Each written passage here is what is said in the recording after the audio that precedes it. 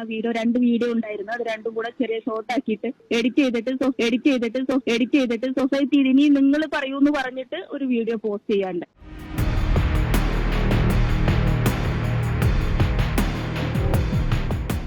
ரொம்ப சென்சிபிளான ஒரு விஷயத்தை பற்றி பேச போகிறோம். கட்டாயம் இது குறித்த உங்களோட கருத்து என்ன அப்படின்றத கமெண்ட்டில் சொல்ல.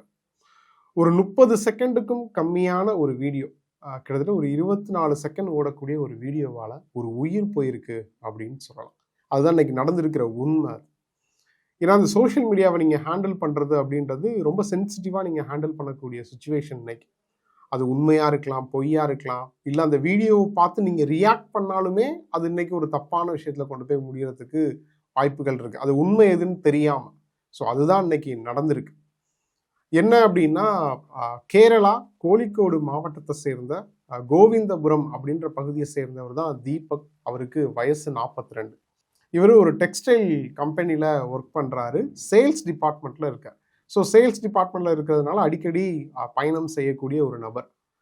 ஸோ கடந்த 16ஆம் தேதி, போன வாரம் வெள்ளிக்கிழமை காலையில் 11 மணிக்குள்ளே, ஒரு 10:30 வச்சுக்கோங்களேன், அந்த டைமில் கண்ணூர் டிஸ்ட்ரிக்ட் பையனூர் அப்படின்ற பகுதியில் இருக்கக்கூடிய ரயில்வே ஸ்டேஷனில் இருக்கக்கூடிய பஸ் ஸ்டாண்டில் பஸ் ஏறார். ரயில்வே ஸ்டேஷன் ஸ்டாப்பு, அங்கே இருக்கக்கூடிய பஸ் ஸ்டாப்லேருந்து பஸ் ஏறாரு.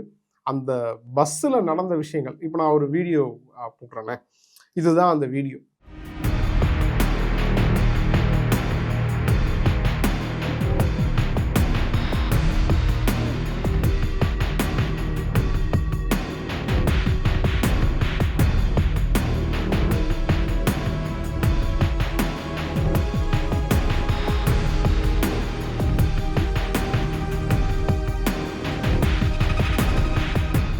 ஸோ அந்த பஸ்ஸில் பயணப்பட்டு தீபக் வந்து ட்ராவல் பண்ணுறார். அந்த பஸ்ஸில் இந்த வீடியோவில் தெரிகிற பெண் பேர் என்ன அப்படின்னு பார்த்துக்கிட்டிங்கன்னா ஷிம்ஜிதா. ஃபுல் நேம் ஷிம்ஜிதா முஸ்தஃபா, அதுதான் அவங்களோட பேர். இவங்க ஒரு வீடியோ எடுக்கிறாங்க, நீங்கள் பார்த்துருப்பீங்க. இந்த பஸ்ஸில் பயணிக்கக்கூடிய எந்த நபர், அதாவது நான் தீபக்னு சொன்னேன் இல்லையா, அந்த நபர் என்னோட பஸ்ஸில் பயணிக்கக்கூடிய பெண்கள்கிட்ட தப்பாக நடந்துக்கிறாரு அப்படின்ற மாதிரி சொல்லி அந்த வீடியோவை கிளைம் பண்ணி வீடியோ எடுக்கிறாங்க. ஸோ இதுதான் நீங்கள் பார்த்த வீடியோ. ஸோ இந்த ஒரு 18 செகண்ட்லேருந்து 22 செகண்ட்குள்ளே ஓடக்கூடிய இந்த வீடியோவை அவங்க ரியல் டைமாக, அது ரியல் வீடியோ கிடையாது, ரியல் டைமாக வீடியோ எடுத்து அப்போ போஸ்ட் பண்ணலை, லைவும் பண்ணலை. அவங்க பஸ்ஸில் எடுத்து அதை எடிட் பண்ணி ஃப்ரைடே ஈவினிங் அவங்களோட சோஷியல் மீடியா பேஜில் ஷேர் பண்ணுறாங்க. இவங்க அந்த வீடியோவை ஷேர் பண்ணுறாங்க. அந்த வீடியோ பயங்கர வைரல் ஆகுது. இப்போ வரைக்கும், இப்போ நான் பேசிக்கிட்டு இருக்கேன் இல்லையா, இப்போ வரைக்கும் கிட்டத்தட்ட 36 லட்சத்துக்கும் மேலே அந்த வீடியோவை பார்த்துருக்காங்க அவங்களோட பேஜில். ஸோ அந்த வீடியோ வைரல் ஆனவுடனே நிறைய பேர் கமெண்ட் பண்ணுறாங்க, இந்த நபர் மேலே போலீஸ் கம்ப்ளைண்ட் கொடுங்க, இந்த மாதிரி ஏகப்பட்ட பேர் சுற்றுறாங்க, இவர் வந்து இப்போ பொது சமூகத்தில் இவரை நீங்கள் வந்து அடையாளம் காணணும், நீங்கள் பண்ணது பெரிய விஷயம் அப்படின்னு நிறைய பேர் ஒரு குரூப் கமெண்ட் பண்ணுது.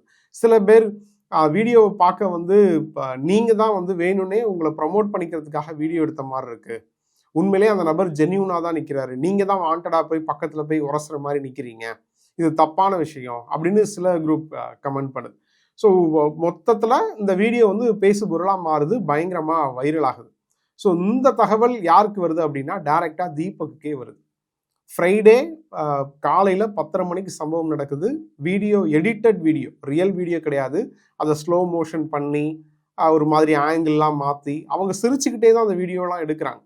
அந்த வீடியோவை அன்னைக்கு நைட்டு அவங்க போஸ்ட் பண்ணுறாங்க, ஃப்ரைடே போஸ்ட் பண்ணுறாங்க.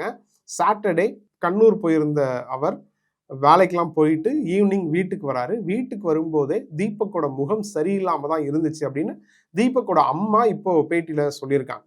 ஸோ அதுக்கப்புறம் அவர் வந்து அவரோட நண்பருக்கெலாம் கால் பண்ணி பேசியிருக்காரு. ஒரு நண்பர் இப்போ பேட்டி கொடுக்கும்போது சொல்லியிருக்காரு, லீகலாக நம்ம மூவ் பண்ணலாம் அப்படின்னு தான் பேசியிருந்தோம், அவ்வளோ தைரியமாக தான் பேசினா அப்படின்னு சொல்கிறார்.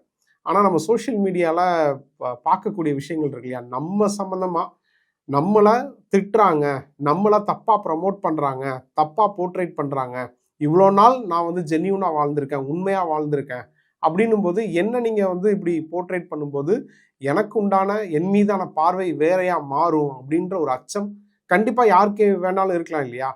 ஸோ இந்த கமெண்ட்டு அது ரிலேட்டடாக அவர் வேலை செய்கிற ஆஃபீஸ்க்கெலாம் சில ஃபோன் வருது, இது தீபக் மாதிரி இருக்கே அப்படின்னு ஆஃபீஸில் இருக்கிற இன்னொரு தெருக்கு யாரோ கேட்குறாங்க, அவரு தீபக்கிட்ட கேட்குறாரு. இந்த மாதிரி சம்பவங்கள் நடந்ததும் தீபக் வந்து அச்சுறுத்தல் ஏற்படுது. ஸோ இதெல்லாம் பார்த்த தீபக் சாட்டர்டே நைட்டு ரூமுக்கு போன தீபக் அதுக்கப்புறம் உயிரோட வரவே இல்லை. சண்டே மார்னிங் ரொம்ப நேரம் கதவு திறக்கவே படவே இல்லையே அப்படின்னு சொல்லிட்டு குரல் கொடுக்குறாங்க அவங்க அப்பா அம்மா. அவங்க ஏஜான ரொம்ப வயசான அப்பா அம்மா கதவை திறக்கலாம் அப்படின்னோன்னா அக்கம் பக்கத்தினரை கூப்பிட்டு ஹெல்ப் கேட்டு கதவை உடச்சி பார்க்குறாங்க. அங்கே தீபக் உயிரோட இல்லை. ஸோ அதுக்கப்புறம் இந்த இஷ்யூ வந்து பயங்கர பேசுபொருளாக ஆகுது. இதில் என்ன கவனிக்கப்பட வேண்டிய விஷயம் என்ன அப்படின்னா, இந்த பெண் சம்மந்தப்பட்ட அந்த சிம்ஜிதா அப்படின்ற பெண் 18 செகண்ட்லேருந்து 22 செகண்ட்குள்ள ஓடக்கூடிய அந்த வீடியோவை ஃபர்ஸ்ட் போஸ்ட் பண்ணுறாங்க. அதில் நெகட்டிவ் கமெண்ட் அவங்களுக்கு சாதகமான கமெண்ட்னு கலந்து வந்த உடனே அவங்க என்ன பண்ணுறாங்க, இன்னொரு வீடியோ போடுறாங்க. அடுத்த நாள் இன்னொரு வீடியோ போடுறாங்க. அது 2.5 நிமிஷம் வீடியோ. ஏன்னா அவங்க ஆல்ரெடி ப்ரொஃபைலில் சொன்ன மாதிரி கன்சல்டன்ட் சைக்காலஜிஸ்ட் மென்ஷன் பண்ணியிருக்காங்க இல்லையா, அது ரிலேட்டடாக அவங்க கண்டென்ட் பேசுகிறாங்க. இது வந்து மிஸ் அண்டர்ஸ்டாண்டிங்லாம் கிடையாது, மிஸ்பிஹேவியர் தான். இது வந்து அவரை வந்து அவரோட விஷயத்தை அவரால் கண்ட்ரோல் பண்ண முடியல அப்படின்ற மாதிரி பேசியிருக்காங்க. அந்த கிளிப்பை கூட நான் உங்களுக்கு ப்ளே பண்ணுறேன் ചിന്നതാ. അയാളുടെ ഇമ്പൾസ് കൺട്രോൾ ചെയ്യാനുള്ള ശേഷിയില്ല, മറ്റുള്ള മനുഷ്യന്മാരോടുള്ള എമ്പതി ഇല്ല. ഇതിനൊക്കെ അപ്പുറത്ത് ആരും എന്നെ ഒന്നും ചെയ്യില്ല എന്നുള്ളൊരു മറ്റേടത്തെ വിചാരമില്ലേ, അതും കൊണ്ടാണ്. എന്താണെന്ന് വെച്ചാലേ, ഞാൻ ഈ ഫസ്റ്റ് എൻ്റെ മുന്നിൽ നിൽക്കുന്ന ഒരു പെൺകുട്ടിക്കുള്ള ഡിസ്റ്റർബൻസ് കണ്ടിട്ട് എൻ്റെ ഫോണിൽ വീഡിയോ ഓണാക്കി ഇങ്ങനെ പിടിച്ചു. ഈ വീഡിയോ ഓണാക്കിയത് അയാൾ കണ്ടിട്ടുണ്ട്. അയാളത് കണ്ടുകൊണ്ടിരിക്കെ തന്നെ അയാൾ കുറച്ച് നേരം അങ്ങനെ നിന്നു, വേറെ കുഴപ്പമൊന്നുമില്ല. കുറച്ച് കഴിഞ്ഞപ്പോൾ അയാളത് പിന്നെ റിപ്പീറ്റ് ചെയ്തുകൊണ്ടിരിക്കുക. അതിൽ നിന്ന് എന്താ മനസ്സിലാക്കുന്നത്, വീഡിയോ എടുത്താലും എനിക്ക് പ്രശ്നമില്ല, എങ്ങനെയായാലും പ്രശ്നമില്ല, ഞാൻ ചെയ്യാനുള്ളത് ചെയ്തുകൊണ്ടിരിക്കും എന്നുള്ളത്. ഇത് കാണിക്കുന്നത് ഇയാളിതൊരു പാറ്റേൺ ആയിട്ട് കണ്ടിന്യൂ ചെയ്യുന്നുണ്ട് എന്നുള്ളതാണ്. എന്ന് വെച്ച് കഴിഞ്ഞാൽ അയാളുടെ ബിഹേവിയറിൽ നല്ല പ്രശ്നമുണ്ട്. ഇതൊരു മെയിലിൻ്റെ നോർമൽ ബിഹേവിയർ അല്ല, ഇൻസ്റ്റിങ്ക്റ്റും അല്ല, ടെംപ്റ്റേഷനും അല്ല, പിന്നെന്താ, അൺകറക്റ്റഡ് ബിഹേവിയറാണ്. സൈക്കോളജി പറയണതേ unchallenged behaviour become repeated behaviours. ഇതൊരു ചെറിയ തെറ്റല്ല, ജോക്കും അല്ല, അറ്റൻഷൻ സീക്കിങ്ങും അല്ല. ഇതൊരു major psychological and social issue ആണ്. സൊസൈറ്റിയും കുടുംബവും അറിഞ്ഞ് അയാളെ ബിഹേവിയർ, ഇത്തരം ആൾക്കാരുടെ ബിഹേവിയർ തിരുത്താനാണ് ശ്രമിക്കേണ്ടത്. എനിക്കിപ്പോൾ ഈ വീഡിയോ കണ്ടിട്ട് ഇതിൻ്റെ റിയാക്ഷനും ഇതിൻ്റെ റെസ്പോൺസൊക്കെ കണ്ടിട്ട് തോന്നുന്നതേ, ഇയാളേക്കാൾ ഭയങ്കര കൗൺസിലിംഗ് കൊടുക്കേണ്ടത് നമ്മുടെ சொசைட்டிக்கான. ஸோ இதுதான் அவங்க 2வது போட்ட வீடியோ. ஸோ இவர் மரணித்த நிலையில இது பயங்கர பேசுபொருளாக இருக்கு. இப்போ அவரை பற்றி எனக்கு நல்லா தெரியும் அப்படின்னு சொல்லிட்டு பல பேர் கிளைம் பண்ண ஆரம்பிச்சிருக்காங்க. குறிப்பாக தீபக் வந்து பஸ்ஸில் ட்ராவல் பண்ணும்போது ஒரு பெண்ணுக்கு இந்த மாதவிடாய் காலத்தில் வரக்கூடிய விஷயங்கள் நடந்திருக்கு. அந்த டைமில் அந்த பெண்ணை தீபக் எப்படி ஹேண்டில் பண்ணாரு அப்படின்றத கூட ஒரு பெண் தைரியமாக முன் வந்து வாய்ஸாக வெளியிட்டிருக்காங்க. അതുമേ ഇപ്പൊ വൈറലായിട്ട് ഭയങ്കര വേനായിട്ട് പീരിയഡ്സ് ആയിട്ട് ഭയങ്കര വേനായിട്ട്. അപ്പൊ പുള്ളി വെച്ച് മോനെ എന്ത് പറ്റിയെന്ന് ചോദിച്ചപ്പോ എനിക്ക് ഏതാറും നല്ല ഓർമ്മയുണ്ട് പുള്ളിയാണെന്നുള്ളത്. ഞാൻ എപ്പോഴാണ് ശരിക്കും പുള്ളിയുടെ ഫേസ് കാണുന്നത്, ചോദിച്ചു എന്ത് പറ്റിയെന്ന് ഞാൻ കാര്യങ്ങളൊക്കെ പറഞ്ഞു. ஸோ இப்போ மொத்தமுமே அதாவது இந்த பெண் வந்து என்ன நினைச்சு வீடியோ ஷேர் பண்ணாங்களோ அதுக்கு ஆப்போசிட்டா மாறி இருக்கு. அதாவது என்னன்னா தீபக்கு சப்போர்ட்டாகவும் வீடியோ வெளியிட்ட அந்த பெண்ணுக்கு எதிராகவும் இப்போ நிறைய பேர் கிளைம் பண்ண ஆரம்பிச்சிருக்காங்க. மென் கமிஷன், உமன் கமிஷன் இருக்கிற மாதிரி மென் கமிஷன் கிரியேட் பண்ணணும் அப்படின்ற குரல் எழுந்திருக்கு கேரளால. அது மட்டும் இல்லாமல் இந்த பெண்ணுக்கு அகெயின்ஸ்டா நிறைய பேர் புகார் கொடுக்க ஆரம்பிச்சிருக்காங்க. நாட் ஓன்லி தீபக்கோட குடும்பத்தினர் மட்டும் இல்லை, தீபக்கோட நண்பர்கள் வேற ஊர்ல இந்த மாதிரி மென் கமிஷன் கிரியேட் பண்ணணும்னு சொல்லக்கூடியவங்களும் புகார் கொடுக்குறாங்க இந்த பெண் மேல. ஸோ இப்போ அந்த பெண் என்ன பண்றாங்க, அவங்களோட அக்கௌண்ட்டை பிரைவேட் பண்றாங்க. பிளாக் பண்ணல, டெலீட் பண்ணல, டீஆக்டிவேட் பண்ணல, பிளாக் பண்றாங்க. அக்கௌண்ட்டை வந்து ரெஸ்ட்ரிக்ட் பண்ணுவாங்க இல்லையா, அந்த மாதிரி குறிப்பிட்ட நபர்கள் மட்டும் பார்க்குற மாதிரி, ஃபாலோ பண்றவங்க மட்டும் பார்க்குற மாதிரி பண்றாங்க. அதுக்கப்புறம் டீஆக்டிவேட் பண்றாங்க. ஆனா ஒரு நாள் கழிச்சு மறுபடியும் இப்போ ஆக்டிவேட் ஆயிடுச்சு அவங்களோட அக்கௌண்ட். ஸோ இப்போ வரைக்கும் இதுதான் நடந்திருக்கு. இது பயங்கர பேசுபொருளாயிருக்கு. ஏன்னா இப்போ கேஸ் ரிஜிஸ்டர் ஆயிருக்கு. ஒரு இடத்துல இல்லை, பல இடங்கள்ல ரிஜிஸ்டர் ஆயிருக்கு. கண்டிப்பா விசாரிப்பாங்க. அது மட்டும் இல்லாம என்னென்ன குரல்கள் எழுந்திருக்கு அப்படின்னா, பஸ்ஸில் அந்த டைம்ல டிராவல் பண்ண மற்ற பயணிகளையுமே விசாரிக்கணும். யார் யார் பயணப்பட்டா அங்க நடந்த சிச்சுவேஷன் என்ன அப்படின்றத நம்ம விசாரணைக்கு உட்படுத்தணும் அப்படின்ற குரல் எழுந்திருக்கு. அது மட்டும் இல்லாம இந்த பெண்ணை வீடியோல என்ன சொல்றாங்க அப்படின்னா, இன்னொரு பொண்ணு கிட்ட அந்த நபர் வந்து தப்பா நடந்துக்கிட்டாரு, அதை பார்த்துட்டு தான் நான் வந்து முன்னாடி போனேன், என்கிட்டையும் அவர் வந்து தப்பா நடந்துக்கிட்டாரு, நான் வீடியோ ரெக்கார்ட் பண்றதும் அவர் பார்த்தாரு அப்படின்ற மாதிரி சொல்றாங்க. ഞാൻ ഈ ഫസ്റ്റ് എൻ്റെ മുന്നിൽ നിൽക്കുന്ന ഒരു പെൺകുട്ടിക്കുള്ള ഡിസ്റ്റർബൻസ് കണ്ടിട്ട്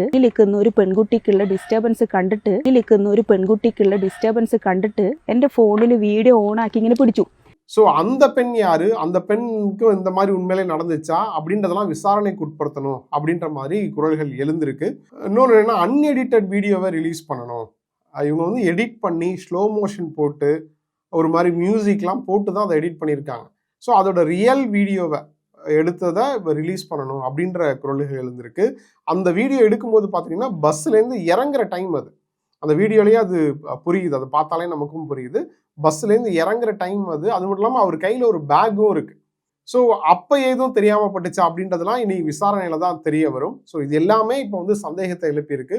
ஸோ இப்போ அந்த பெண்ணுக்கு எதிராக நிறைய பேர் பேச ஆரம்பிச்சிருக்காங்க. பெண்ணை வந்து கைது பண்ணணும் அப்படின்ற வரைக்கும் பேச ஆரம்பிச்சிருக்காங்க. அது மட்டும் இல்லாமல் பெண் மீது புகாரும் பதிவு செய்யப்பட்டிருக்கு. இந்த மாதிரி இந்த பெண்ணை வந்து தீபக்கோட முடிவு எடுத்தார் இல்லையா, அந்த முடிவுக்கு தூண்டுதல் அப்படின்ற செக்ஷனுக்கு கீழையும், அது மட்டும் இல்லாமல் சோஷியல் மீடியா மூலமா இந்த மாதிரி அவரோட இமேஜை டேமேஜ் பண்றது, அவரை வந்து தப்பா போர்ட்ரேட் பண்றது, அது ரிலேட்டடான செக்ஷனுக்கு கீழையும் கேஸ் ரெஜிஸ்டர் செய்யப்பட்டிருக்கு. ஸோ இதுக்கு இடையில அந்த பெண் சம்மந்தப்பட்ட வீடியோ வெளியிட்ட அந்த பெண் வந்து இப்போ ஏசியா நெட்டுக்கு ஃபோன் மூலமா பேசியிருக்காங்க. அதுல என்ன சொல்லியிருக்காங்க அப்படின்னா, அவர் உண்மையிலே என் மேல தப்பா நடந்துக்கிட்டாரு, அதை தான் நான் வீடியோவா ரிலீஸ் பண்ணேன். அவர் இந்த முடிவு எடுப்பாரு அப்படின்னு நான் நினைச்சு கூட பார்க்கல அப்படின்ற மாதிரி பேசியிருக்காங்க. ஸோ அந்த ആഡിയോവും ഇപ്പോൾ വൈറലായിട്ട് இருக்கு. രണ്ട് വീഡിയോ ഉണ്ടായിരുന്നു. അത് രണ്ടും കൂടെ ചെറിയ ഷോർട്ട് ആക്കിയിട്ട് എഡിറ്റ് ചെയ്തിട്ട് സൊസൈറ്റിയിൽ ഇനി നിങ്ങൾ പറയൂന്ന് പറഞ്ഞിട്ട് ഒരു വീഡിയോ പോസ്റ്റ് ചെയ്യാണ്ട് ഇവരാണ് വരുന്നത്. സാഡ് ന്യൂസ് ആയിട്ട് ഞാൻ പ്രതീക്ഷിച്ചിട്ടില്ല. கூடுதலா அவர் அந்த பெண்ணை வந்து இன்ஸ்டாகிராம் இன்ஃப்ளூயன்சர்னு சொல்றாங்க. பட் அவங்க இந்த வீடியோ போஸ்ட் பண்ணும்போது அவங்களுக்கு இருந்த ஃபாலோவர்ஸ்ன்னு பார்த்துக்கிட்டிங்கன்னா 8,000க்கும் கம்மி தான். ஆனால் இப்போ அவங்களுக்கு ஃபாலோவர்ஸ் வந்து கிட்டத்தட்ட 25,000க்கும் மேலே அதிகமாயிருக்காங்க. ஸோ எதனால ஃபாலோ பண்ணுறாங்க, எதனால லைக் பண்ணி அவங்கள ஃபாலோ பண்ணுறாங்கன்றது தெரியல. இன்னைக்கு தீபக்கோட உடல் தகனம் செய்யப்பட்டிருக்கு. ஸோ அந்த காட்சியை பார்க்கவே முடியல. அவ்வளோ கஷ்டமாக இருக்குது, அவ்வளோ வேதனையாக இருக்குது. ஸோ என்ன நடந்தது அப்படின்றத விசாரணை மூலமாக தான் தெரிய வரும். எது உண்மை எது பொய் அப்படின்றதும் வரக்கூடிய விசாரணை மூலமாக தான் தெரிய வரும். ஸோ பொறுத்திருந்து பார்ப்போம் என்ன நடக்குது அப்படின்றத. இது குறித்து உங்களோட கருத்து என்ன அப்படின்றத கமெண்ட்ல சொல்லுங்க.